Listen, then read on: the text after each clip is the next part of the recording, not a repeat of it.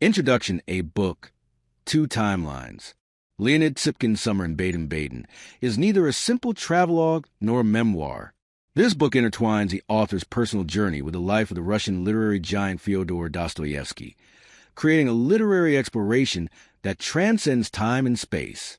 As Tsypkin documents his own trip to Baden-Baden in the 1980s, he traces the footsteps of Dostoevsky, who visited the same place over a century earlier. The book delicately reveals how history, literature, personal memory, and collective past intersect.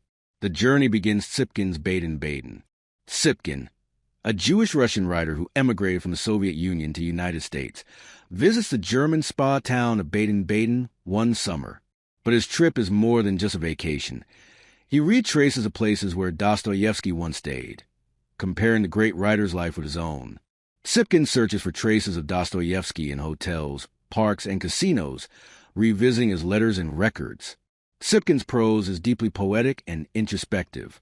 He meticulously describes Baden-Baden's landscapes while sensing the shadows of the past lingering in the air. In this city where Dostoevsky succumbed to gambling and financial ruin, Tsypkin feels the weight of both literature and life. Dostoevsky's shadow a city of passion and ruin.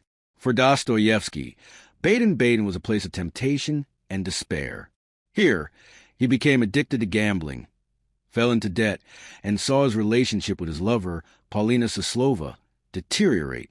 Tsypkin overlays Dostoevsky's struggles, passions, and failures with his own experiences. Both writers lived lives of exile and wandering, seeking solace in literature, yet Baden-Baden remained a place of torment and reflection for them. Quoting Dostoevsky's A Gambler, Tsypkin emphasizes that gambling was not merely an addiction, but an act that exposed the emptiness and desires within human nature.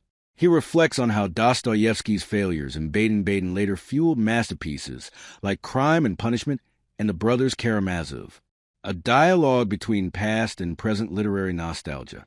Tsypkin's writing goes beyond biography or travelogue. It embodies a kind of literary nostalgia. As he walks through Baden-Baden, he occasionally feels as if he has stumbled upon Dostoevsky himself, as though time is folded in on itself. This layering of time prompts readers to consider how history and personal memory intersect. He particularly recalls the censorship and persecution of the Soviet era, drawing parallels between Dostoevsky's political oppression and his own experiences. As an émigré writer, Tsypkin grapples with his identity within the Russian literary tradition while reinterpreting Dostoevsky's legacy. Reflection and evaluation, a haunting beauty. Summer in Baden-Baden prioritizes quiet contemplation over fast-paced narration or dramatic events. Tsypkin's prose is understated yet resonant, evoking emotions like a delicate watercolor painting. Faint yet deeply moving. The book shines in the following ways. 1. Intersection of history and literature by comparing two writers' lives in the same space. It offers profound literary insight. 2. Personal and universal reflection. Tsypkin's personal experiences resonate as deeply human stories. 3.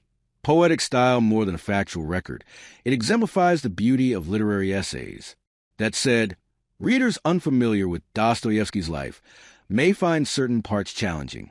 Yet Tsypkin's honest confessions and elegant writing will deeply satisfy literature lovers. Conclusion: a traveler walking through time. Summer in Baden-Baden is a literary bridge between past and present. Tsypkin does not merely reminisce about Dostoevsky. He re-examines his own life through him. Readers, too, will find themselves thinking of their own Baden-Baden, a place where they must confront their past. Tsypkin's journey explores the universal themes of nostalgia, the love of literature, and the pain within the human soul. More than a summer's record, this book remains an enduring meditation on literature and life.